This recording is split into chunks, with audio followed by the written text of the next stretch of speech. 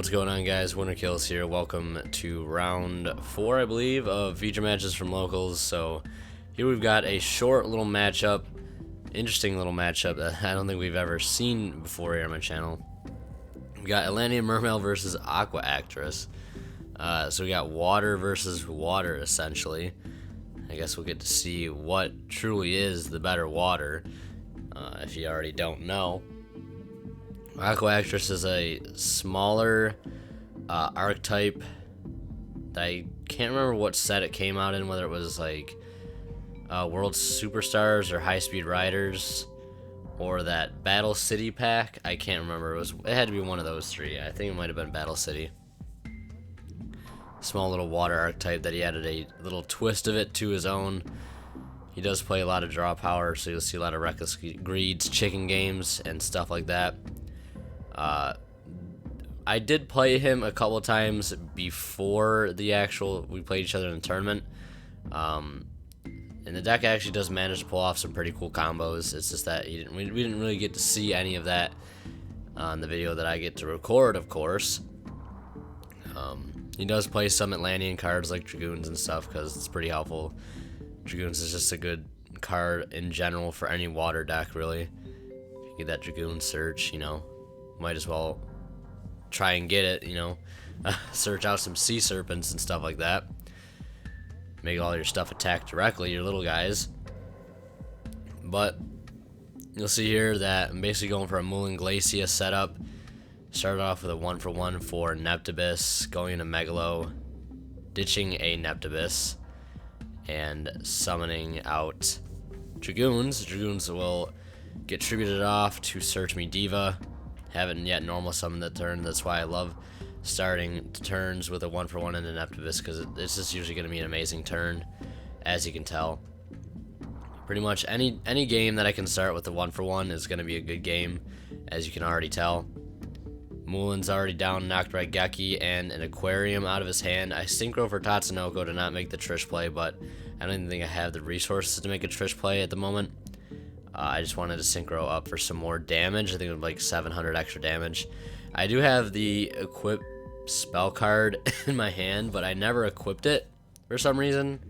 I don't know why. But I still game either way, so forgive me, internet. But anyways, we're going to go into game 2 after a swift game 1. I left my Tatsunoko just chilling there on the side. I pushed him off to the side later, but yeah. Quick game 1. Didn't really need to use that equip card for the extra damage. It's just enough damage anyways. And I guess a little bit of news as far as my Atlantean deck is concerned is that I did end up upgrading the rarity of all of the stuff pretty much. I got ulti Teus, got a second ulti Marksman, and besides everything else you're seeing in the video already, I got ulti Dragoons and stuff like that, so hype is real, fully rared out, except for a couple cards, I guess. I want to get ulti Chalices, but still looking for those. And you might have noticed a little bit of a misplay on his behalf at the beginning of the turn. Instead of activating Upstart first, he activated Regeki. But misplays happen sometimes. It's alright. I make pretty stupid plays like that sometimes. Like, they're just like, the obvious play, but then you just end up completely forgetting it, and it just slips your mind. But yeah, I end up getting rid of the field spell. With the field spell gone, actually, I'm able to beat over his monster, because it gives him like a 300 attack boost.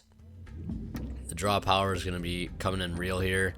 He's got Reckless Greed into Chicken Game. He'll 1-for-1 discard that big level 8 or 7 Sea Serpent type monster. Not Megalo, but I forget what his name is. When it's summoned, though, when you have Umi on the field, you can send to the graveyard to like send all cards your opponent has in the field and hand to the graveyard. And I think it might be both players as well. Definitely a pretty cool card. So that's a pretty interesting combo. He doesn't get to pull that off, unfortunately. Again, with the Aquarium stage and the set, he will be able to crash into Teus with his monster now being at 1700. I decided to just attack into his monster chicken game to draw a little bit because I really don't have that many plays either, and he's got all three of his aquarium cards on board. And I know this deck can OTK. Aqua can actually OTK pretty well. There's some like turbo builds out there actually of like playing Infernal Reckless Summon, the Wetlands Field Spell. That can OTK if you let it, and if it pulls off that combo, it can get pretty real actually. So I'm gonna now that I end up drawing into Marksman, I end up destroying the chicken game, so I can go for that damage. And I'm like, I need to get a Dragoons on board, so Marksman's going to be the way I do that. And I had the Instant Fusion to combo off with it, but I didn't really need it, as you see. Pretty easy matchup. But again, we were playing against Aqua Actress. Though, pretty cool to not see just some meta on meta. That guy who always plays on the right doesn't always play meta, but surprisingly, he'll do still pretty well with some of the decks he plays, especially Dark World. He manages to kick a couple people asses with that deck. It's pretty funny. Just a lot of times you're not expecting those non-meta matchups, and sometimes that's what you end up losing to. So, pretty cool though. Anyways, hope you guys enjoyed the video. Leave a like if you did. Leave your comments down in the comments section below. Hope you guys enjoyed the commentary sincerely. Like I said, if you did, leave a like. If you're new to the channel, do yourself a favor and subscribe. The support is greatly appreciated here. I cannot stress that enough to you guys. It really means a lot. And as always, thank you so much for watching. Winterkill is signing out, and we'll see you in the next one.